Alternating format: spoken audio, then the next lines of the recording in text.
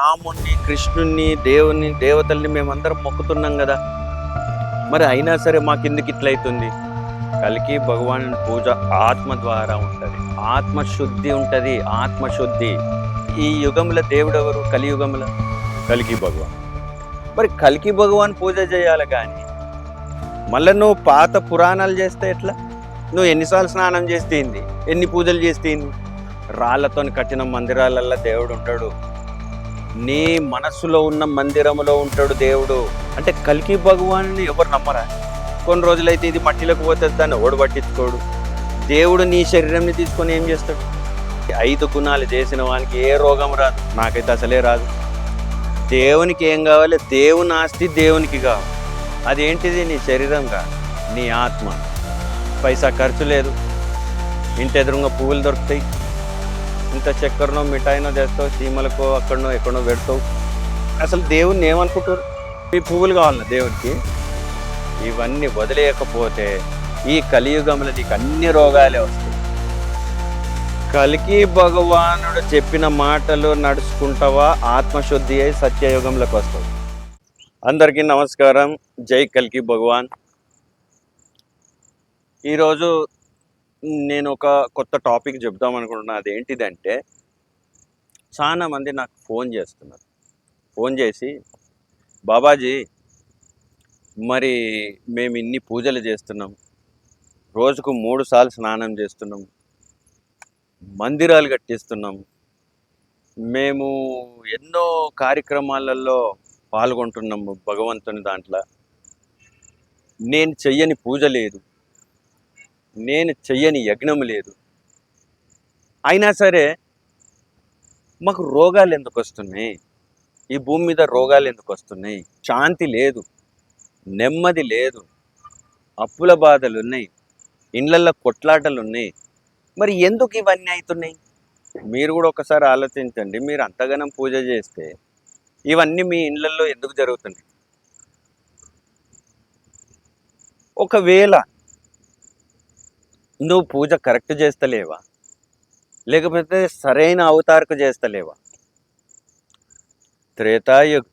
త్రేతాయుగం ఉన్నది, ద్రౌపది యుగం ఉన్నది, రాముడు ఉన్నాడు, కృష్ణుడు ఉన్నాడు, సత్యయుగంలో విష్ణుజీ ఉన్నాడు.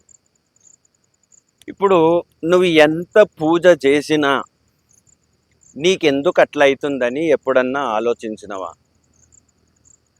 మరి ఎందుకు అవుతుంది? అదే వాళ్ళు చాలా మంది నాకు ఫోన్ చేసి అడిగారు, మరి ఇంతగానం పూజ చేస్తాం, మేము రోజుకు 2 సార్లు స్నానం చేస్తాము, అయినా మాకు ఇవన్నీ ఎందుకున్నాయి? రోగాలు ఎందుకున్నాయి? బాధలు ఎందుకున్నాయి? ఒకటే చెప్పిన వాళ్ళందరికీ, ఏంటిది? అయ్యా, మీరు చేస్తున్న పూజ కరెక్టే,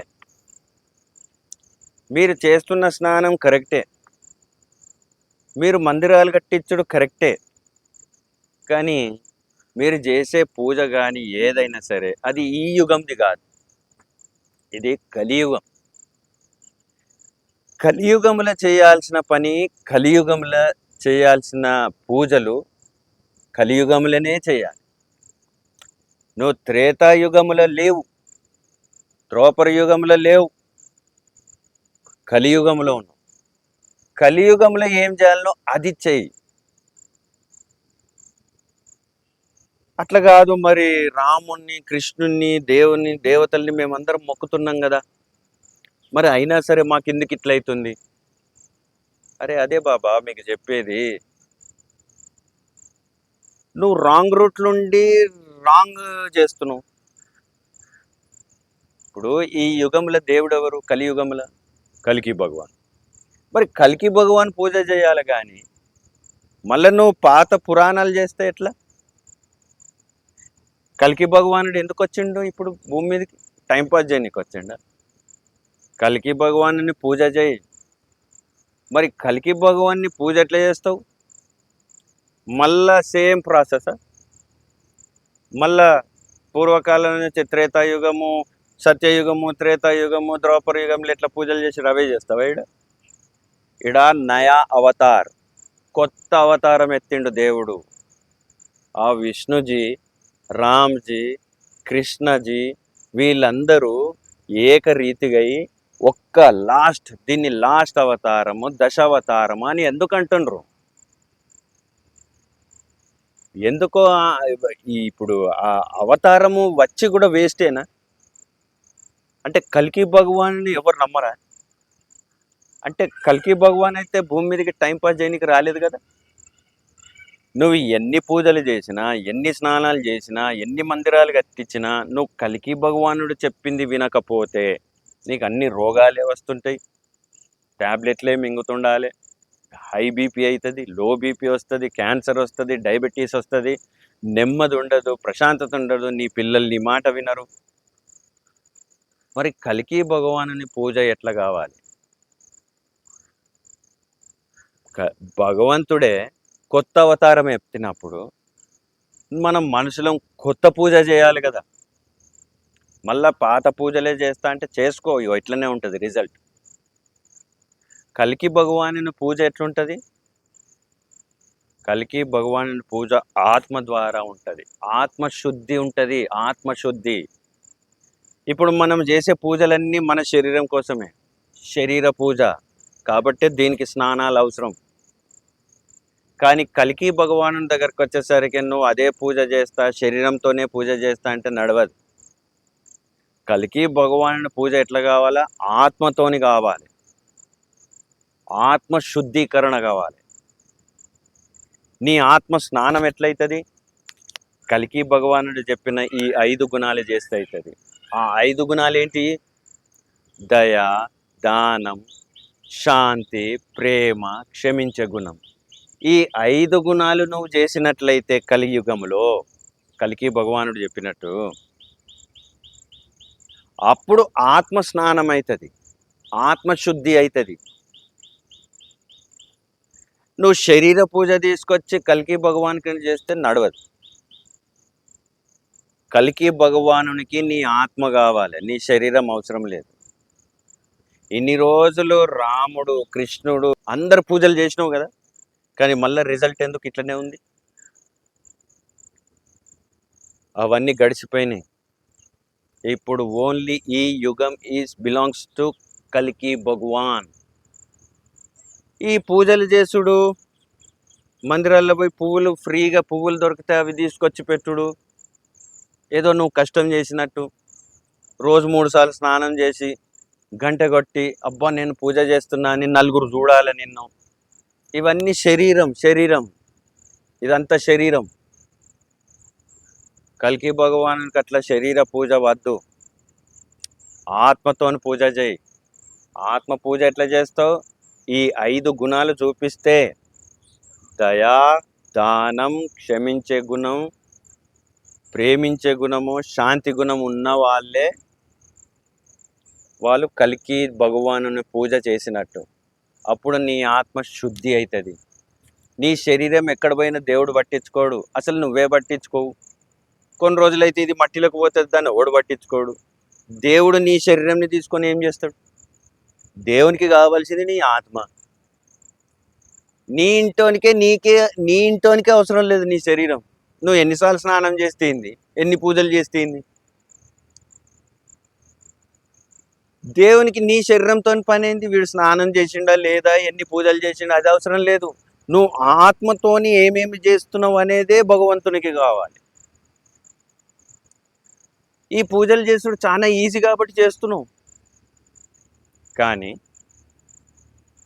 కల్కి భగవానుడు ఈ కలియుగంలో చెప్పినవి ఈజీగా ఉంటుంది వినడానికి. అరే దయ, దానం, క్షమ, ప్రేమ, శాంతి ఈజీగా ఉంటుంది వినడానికి, సొంపుగా ఉంటుంది. కానీ అవి చెయ్యాలంటే కష్టం. అవి కష్టం కాబట్టి నువ్వు చెయ్యవు. ఎవరన్నా క్షమించుదామంటే ఏడుపు వస్తుంది. మీ ఇద్దరు అన్నదమ్ములు కొట్లాడారు, మాట్లాడుకోరు, ఎన్ని సంవత్సరాలు? అయ్యో తమ్ముడే కదా అని వాడు క్షమించడు, అయ్యో అన్న కదా అని వీడు క్షమించడు. మరి నువ్వు పూజ ఏమి లాభం?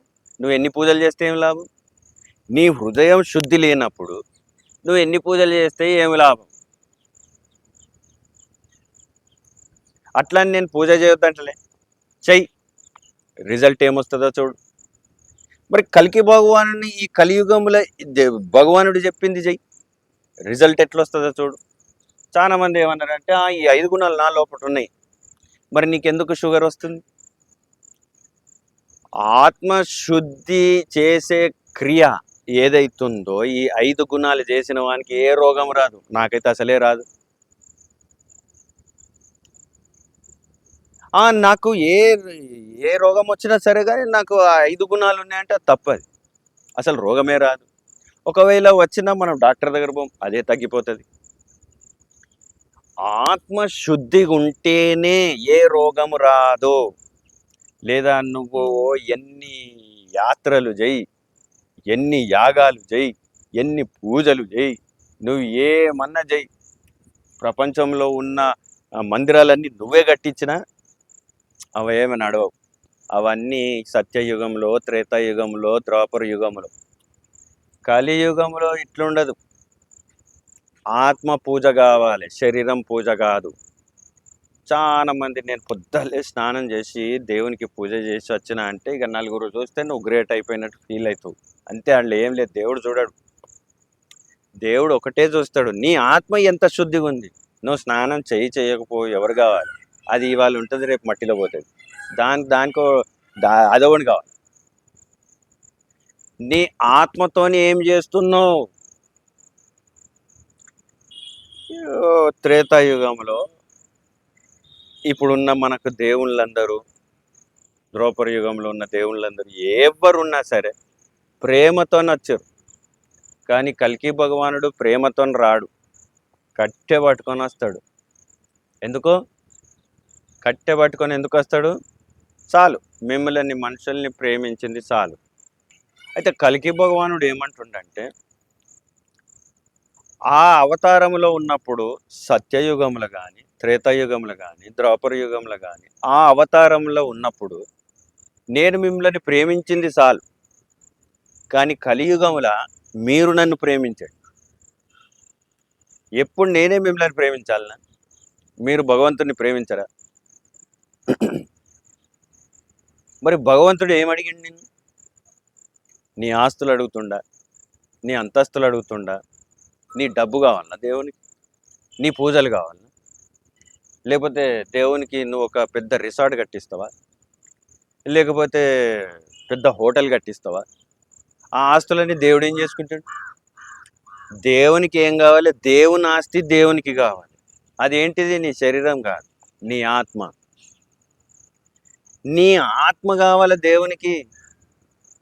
నీ శరీరము లాస్ట్కు ఈగలు వాళ్తాయి. దీన్ని అసలు వ్యర్థం అనాలి. ఈ వ్యర్థమైన దానికోసం నువ్వు పోరాటం చేస్తున్నవే. తినడానికి, ఉండడానికి, బట్టలు వేసుకోవడానికి ఉంటే సరిపోదా? తర్వాత నీ జీవితం భగవంతునికి ఇయ్యవా?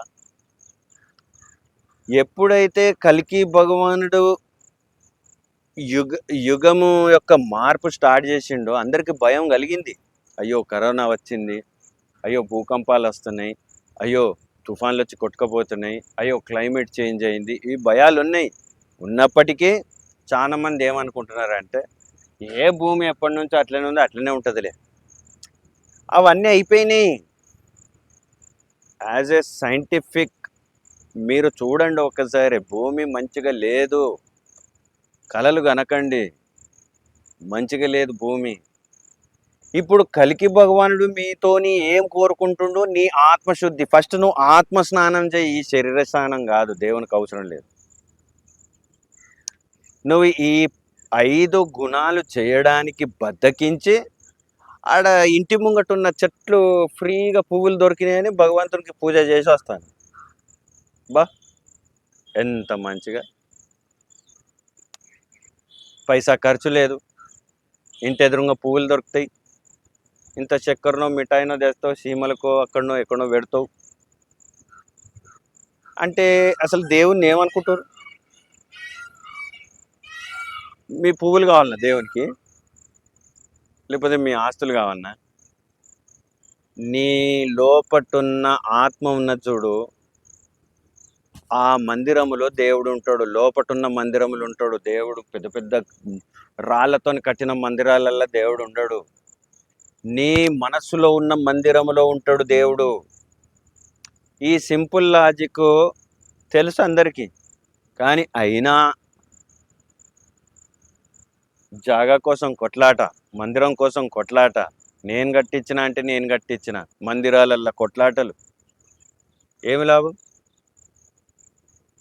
దేవుడు ఏం కోరుకుంటుండో నువ్వు తెలుసుకోలేకపోతే జీవితంలో నువ్వు ఎన్ని పూజలు చేసినా వేస్టే.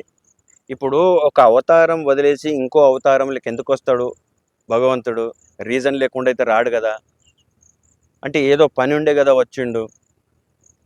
అంటే ఆ అవతారంలోకి వెళ్ళి ఇంకో అవతారంలోకి ఎందుకు వచ్చిండు?